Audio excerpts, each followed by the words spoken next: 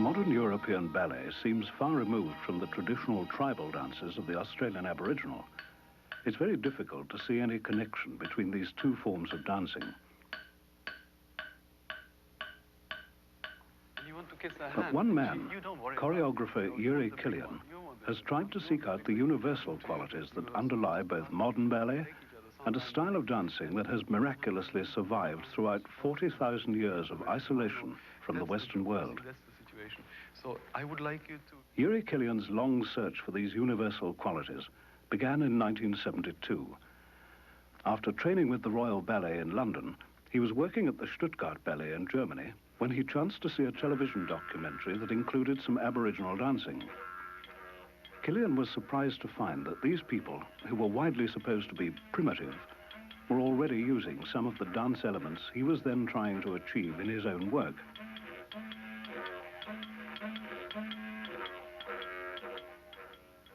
The Czech-born dancer developed into one of Europe's leading choreographers.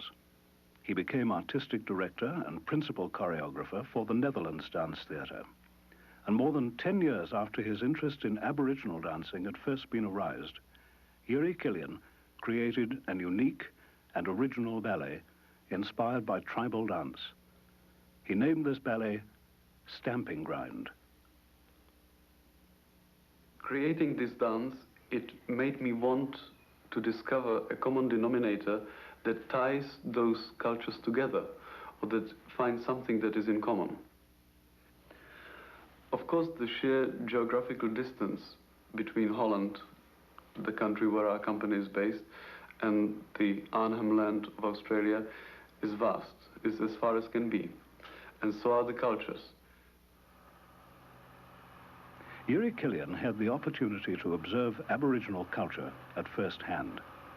He traveled more than 24,000 kilometers to attend the largest gathering of tribal dancers that had ever assembled in Australia, held on a remote island off the northern coast. Groote Eylandt was named by the earliest Dutch explorers, and it was here that a new Dutch ballet was conceived. Killian was one of the few European guests among more than 500 tribespeople brought together by the Aboriginal Cultural Foundation.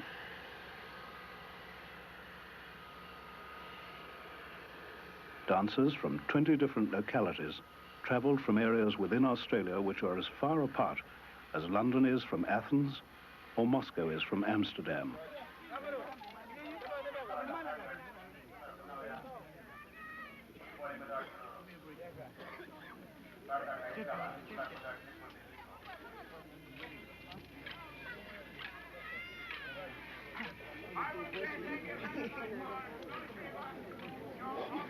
The tribes have no common native language.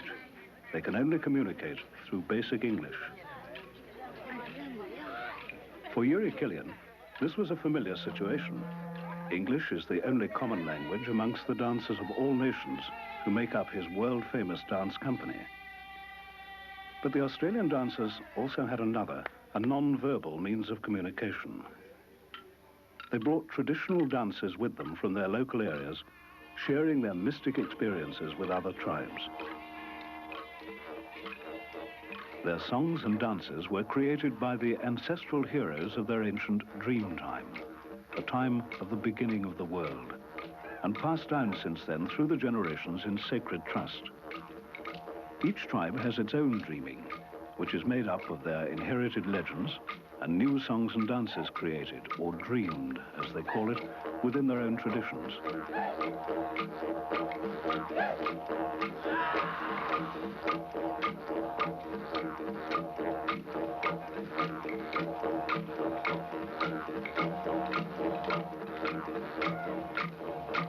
When they dance, the concentration and the importance of what they are doing is so enormous, like I've never seen it before.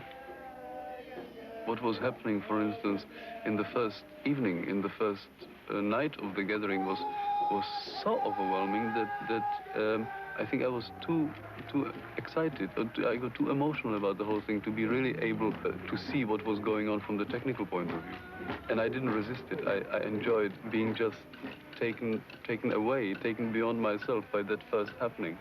But then later on, I tried to analyze and I tried to see some technical things in their dancing that I find very important. Some of them I knew of, some of them I used in my own choreography, but some of them were very new for me.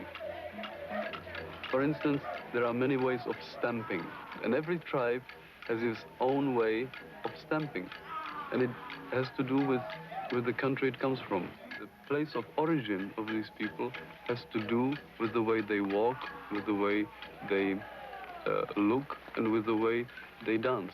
This was a great revelation for me to see that the dance is absolutely tied with nature here. It cannot be separated.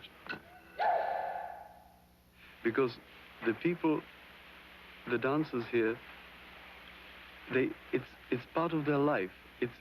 They cannot divide their normal life and dancing. It is their normal life is part of dancing, and dancing is part of their normal life. I think there is not another culture which has this melting of private life and dance like they have it here.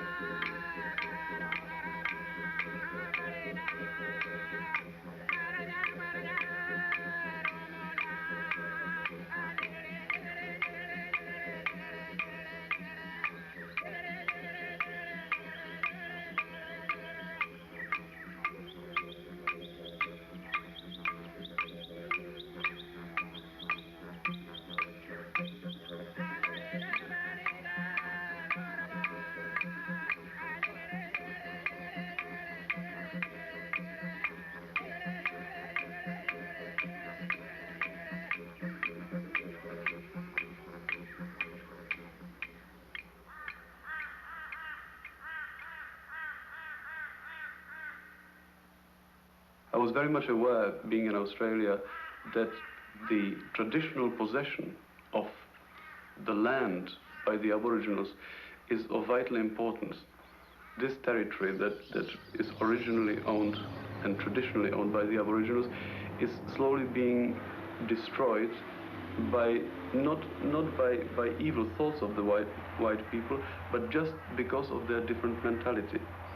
With the loss of this Aboriginal land, the traditional culture of the Aboriginals is getting destroyed. And I think this is one of the most important things that should be prevented.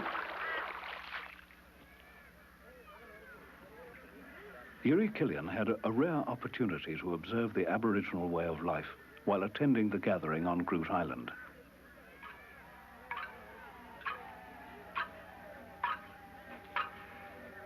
Seeing this extraordinary gathering of Aboriginals, of these many tribes, I was amazed about the incredible input of energy and belief by the Aboriginal leaders and the Aboriginal Cultural Foundation that are under considerable difficulties trying to keep their cultural tradition alive. And I was even more amazed that the young people were so greatly represented in this festival. And seeing so many young people made me believe that there is a possibility for the future of the Aboriginals, and that their culture can be not only kept but developed and passed from generation to generation.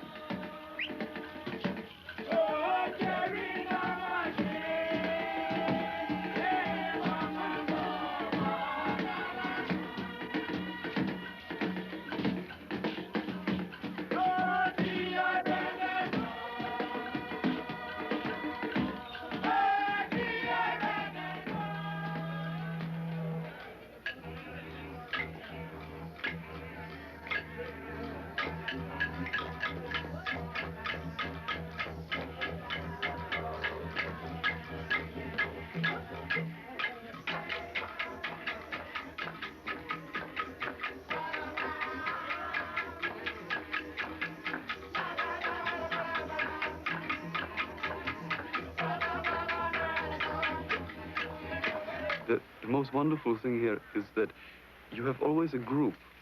They almost always dance in a group, or the group participates in one way or another. When they dance, they're not trying to outdo each other. They are not trying to prove that they can do it better than the other. No, they dance for themselves, but yet they're always part of the group. And it's actually, it's so funny because this is the principle that I would like for my company to be.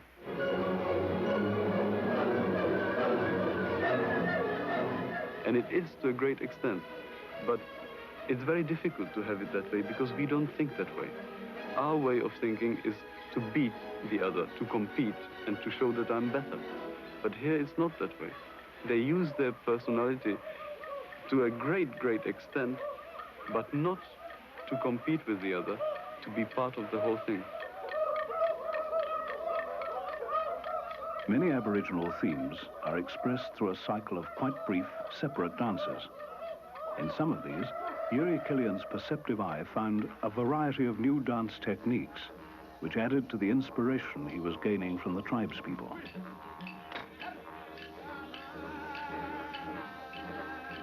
They have a wonderful way of use of their hands. There is never any kind of strange mannerism that derives from the difficulty of the leg movement.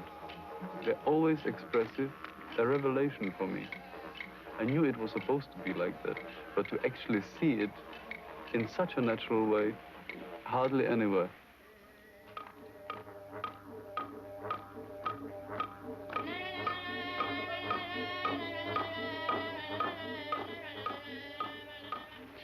There are dances that are derived from movements of animals, endless number of dances of this kind.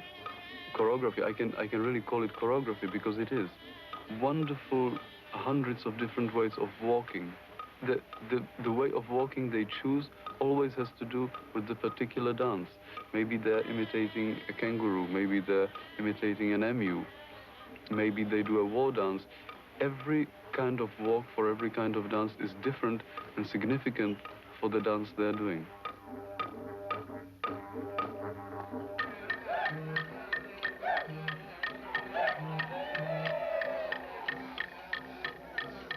They have a phenomenal way of jumping.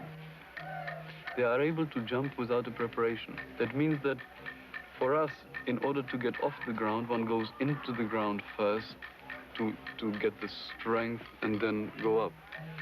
They jump, they are already in the ground. And it's like a spring that releases. They are suddenly in the air and you don't know how it happened.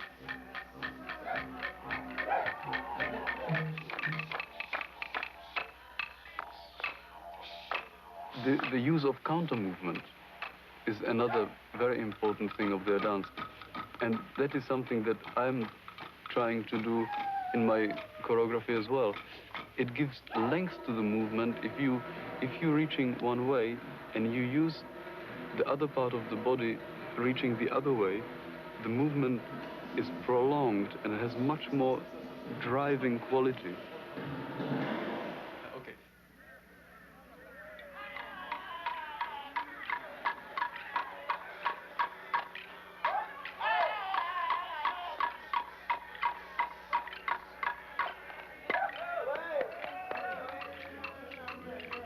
There is one principle that is so wonderful in this dancing, is that there is every dancer has a center to his dancing, and I mean a physical center, from which the whole energy of the dance comes, and that is the stomach area.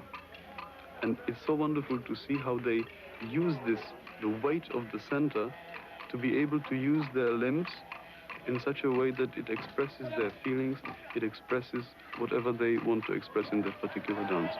That was really an experience. It's something that I was looking for. In a way, every well-trained classical dancer should have it. But it's never so obvious like in those, in the dancing of the Aborigines. Yuri Killian had understood that for the Aboriginal people, the art of dance is not art for art's sake. Dance plays an important part in ensuring the spiritual well-being and social cohesion of the tribal group. In this traditional ceremony, the educational function of the clan is symbolized through the rearing of an emu chick. The men represent the emu mother spirits, touching the newborn chick and encouraging him to walk. The bird mother's educational function is the same as that of a human mother and as that of the clan. The song says that they will teach the little boy how and where to wash and what kind of food he should eat.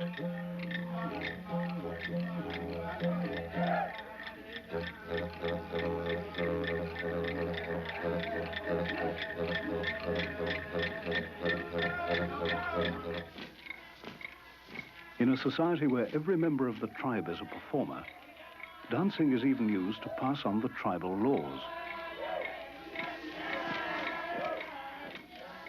A man has broken the sacred traditional law.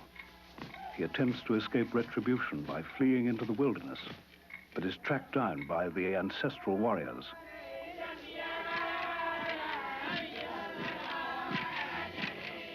The sun is high, and the lawbreaker is thirsty. He refreshes himself at a water scrape before fighting against the spirits of justice.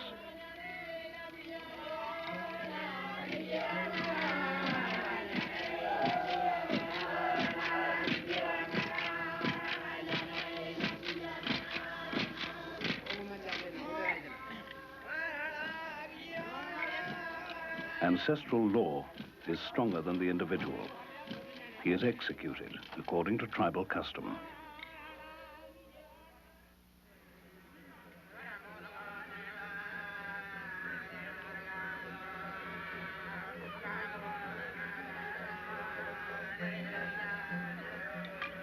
The designs painted on dancers' bodies are not mere decoration, but identify a person's area and tribe.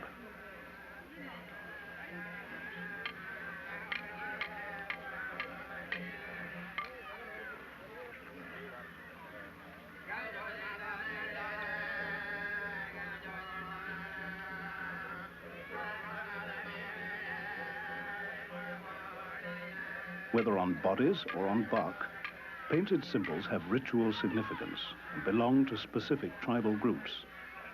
The initiated can read these seemingly abstract shapes like reading maps or books.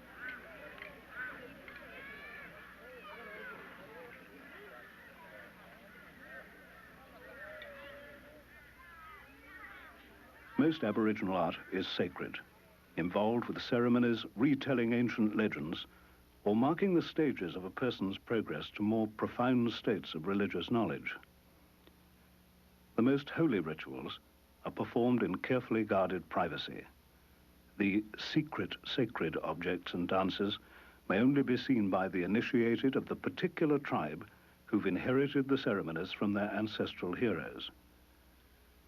Painted images or songs and dances that do not reveal the inner core of religious belief are regarded as public sacred and may be seen by the uninitiated. When the dancers from different regions gathered together on Grote Island, many gained their first opportunity to share in the religious experiences of different tribes and clans, whose ceremonies may have a similar basis, but have great variation in forms of expression.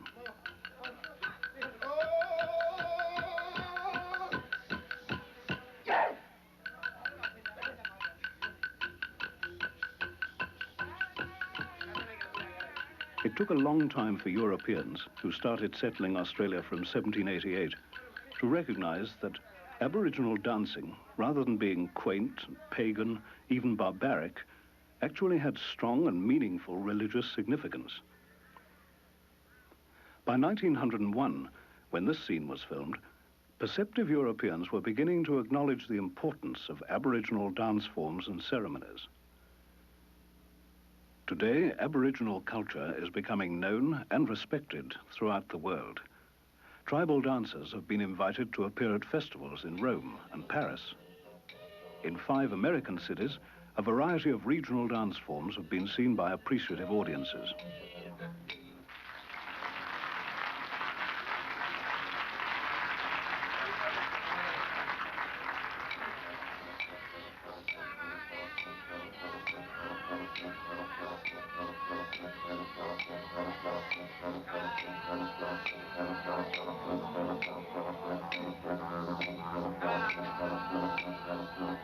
Some of the touring Aboriginal dance groups had met each other for the first time on Grote Island, where they'd attended the first large-scale gathering of tribal dancers. It was at this gathering that choreographer Yuri Killian gained his new inspiration.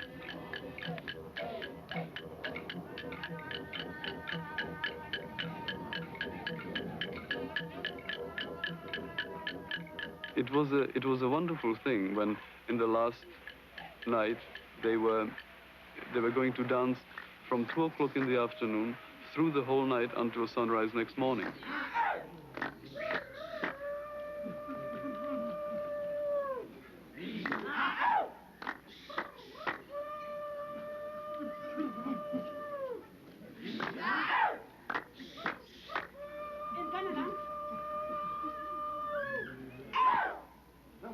And one could see how they started with good energy and with performing for the audience. But around 1 o'clock, 2 o'clock, the audience started going away or going to sleep or whatever. And the dancers were trying to maintain their energy although there was no audience around. In that moment, you realized how important it is to have a group, because the group was maintaining the energy. It was no longer the individuals, but they used all their personality and all their strength and stamina to be able to dance through the night. But then, suddenly I felt that something started raising again, that from somewhere there was an enormous strength coming into the veins of all the people that were still on the dancing ground. And I didn't at first realize what it was. And then when I looked over to the horizon, I saw it got a little paler. The tired dancers had seen the morning star, their sacred messenger, bringing an assurance that the spirits would once more.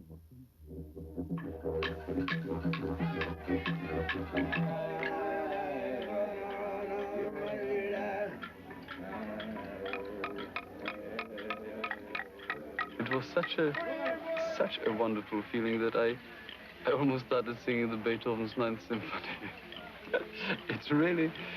It really lifted everything off the ground. And then I had the feeling they could go on dancing forever. When they overcame this difficult moment, forever. It was a beautiful experience. It was such a overwhelming experience that it'll take me a long, long time, probably the rest of my life, to really be able to realize what I've actually seen. You see, if you go from country to country and see dance, and I've seen a lot, and I've seen a lot of choreography, professional choreography, one gets bored after a while, and we need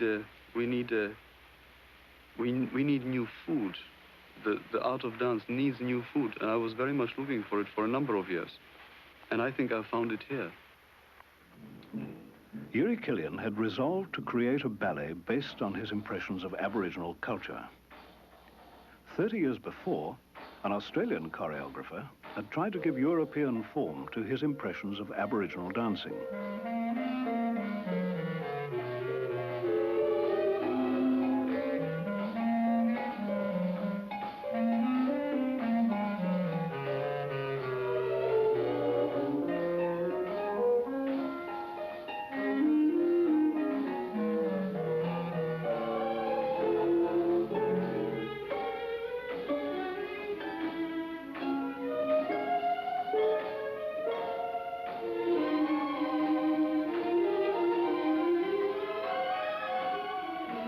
The ballet was called Corroboree, after the Aboriginal name for a gathering involving dancing. Although it was a sincere attempt at the time to translate the Aboriginal dance idiom into Western ballet, it is, by today's standards, a weak imitation, based on an outside view of the motivations for Aboriginal ceremonies. Yuri Killian chose a more difficult and perceptive approach when developing his ballet.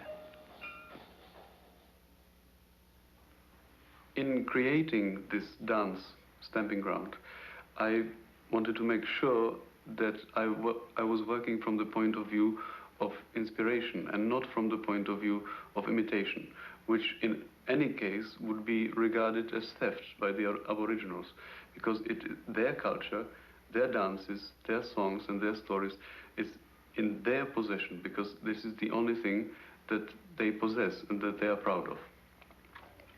So if I would want to make a stage presentation of something that has to do with this culture, I am not allowed to use their vocabulary. I have to, from my own understanding, I have to create my own vocabulary.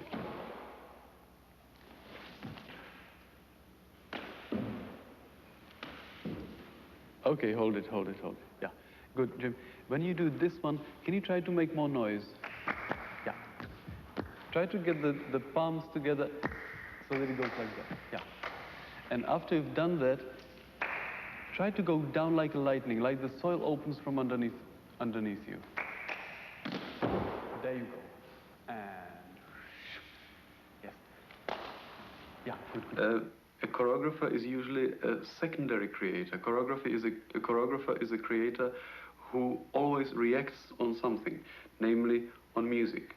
But if you make a dance in silence, you become a primary creator. The original impetus of the creation has to come from the choreographer directly.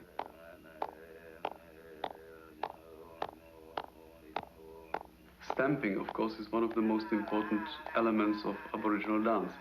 And if you watch this from tribe to tribe, it varies tremendously. And it has to do with the environment in which it happens.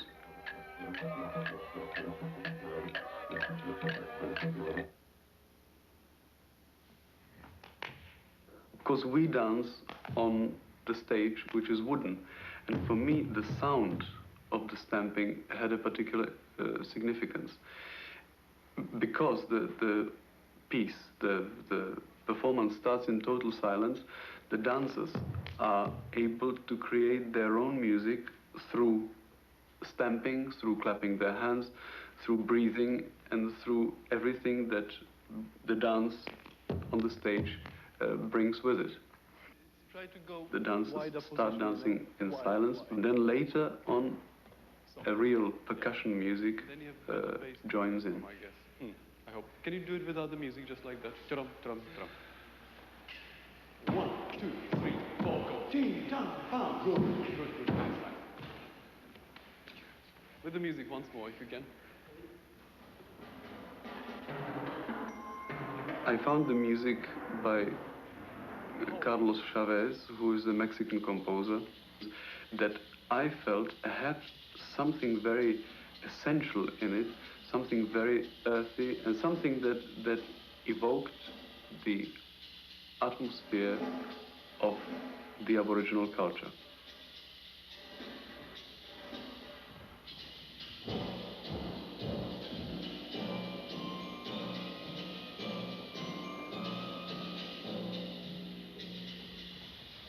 All right, hold it. Yeah, hold it. You stop, yeah. Can I see this one once more, you know, when you do, yeah, you have to 1, 2, 3, and long, you know, when you, wham, bam, bam. So you have a long movement with the third one. Try just that. In this piece, Stamping Ground, I was rather involved with portraying animals to a certain extent, but not in the way the Aboriginals do it, and they do it most brilliantly and with great sense of humor. I was looking for the animal within the people. That means that I was able to go very far into the personalities of the individual dancers and trying to find an animal within them. And this subject is, of course, not a subject that is contemporary. It's a subject that is eternal and that I think will exist as long as humanity does. Up, that's lovely. Yeah, okay, good. Can I see the other part, the monkey step? Maybe if you can do it this way, coming towards me, that will be good.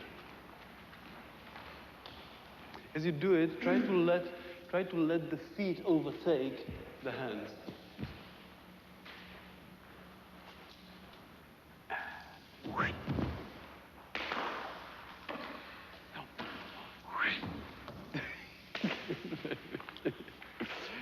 Good, nice. Yeah. Every dancer takes his personality and gives it as a gift to our common achievement.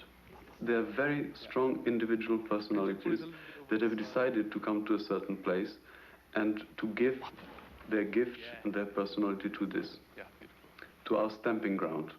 Our stamping ground is the Netherlands Dance Theatre.